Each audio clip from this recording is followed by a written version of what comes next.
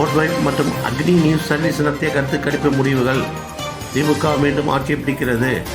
அதிமுக மீண்டும் தோல்வி தழுவும். விஜய் கட்சிக்கு 3ஆம் இடம். மன்னக்கவிய சீமான். திமுக வரலாற்றில் இல்லாத தொடர்ந்து 2வது முறையாக வெற்றி. அதிமுக வரலாற்றில் இல்லாத தொடர்ந்து 2வது முறையாக தோல்வி. விஜய்க்கு வாக்கு சதவீதம் 14 மட்டுமே. சீமானுக்கு வாக்கு சதவீதம் பழையபடி 2ஆக சரிந்தது. கருத்து கணிப்பில் தகவல். 4வதா இருக்கக்கூடிய அம்சம், எந்த கட்சி கூட்டணிக்கு வாக்களிப்பீர்கள் அப்படிங்கிறது 4வதா இருக்கக்கூடிய ஒரு பாயிண்ட். அது எந்த கட்சி அல்லது கூட்டணிக்கு வாக்களிப்பீர்கள் அப்படின்னு கேட்கும்போது திமுக கூட்டணிக்கு 40.1% பேர் வாக்களிப்போம் அப்படின்னு சொல்லியிருக்காங்க. அதிமுக கூட்டணிக்கு 38.1% பேரும், தாவேகவுக்கு 14.8% பேரும், நம் தமிழர் கட்சிக்கு 2.7% பேரும் வாக்களிப்போம்னு சொல்லியிருக்காங்க.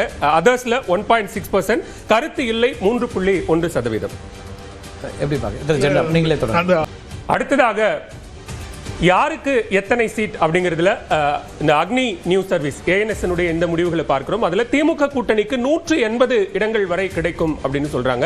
அதிமுக கூட்டணிக்கு 54 இடங்கள் வரைக்கும் கிடைக்கும் அப்படின்னு சொல்லப்படுது. ANS மண்டல வாரியான அந்த மு.க.ஸ்டாலின், தற்போதைய முதலமைச்சர் மு.க.ஸ்டாலினை மீண்டும் முதலமைச்சராக தேர்வு செய்வோம் என 39.9% பேரும், அதிமுக பொதுச் செயலாளர் முன்னாள் முதலமைச்சர் எடப்பாடி பழனிசாமிக்கு 37.5% பேரும் வாக்களித்திருக்கிறார்கள்.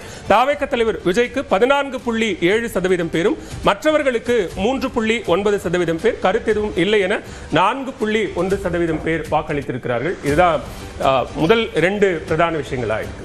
திரு சிவப்பிரியனோ இணைந்திருக்கார், அவரை நிகழ்ச்சிக்கு வரவேற்கிறேன். இது கடந்த ஒரு வாரத்தில் எடுக்கப்பட்டதாக இந்த ஓட்வைப் நிறுவனம் சொல்றாங்க. மார்ச் 21ஆம் தேதிக்கு முந்தைய ஒரு வாரம் அப்படிங்கிற கணக்கு வச்சு சொல்றாங்க. திரு இதயாட்டேந்து ஆரம்பிச்சிடறேன்.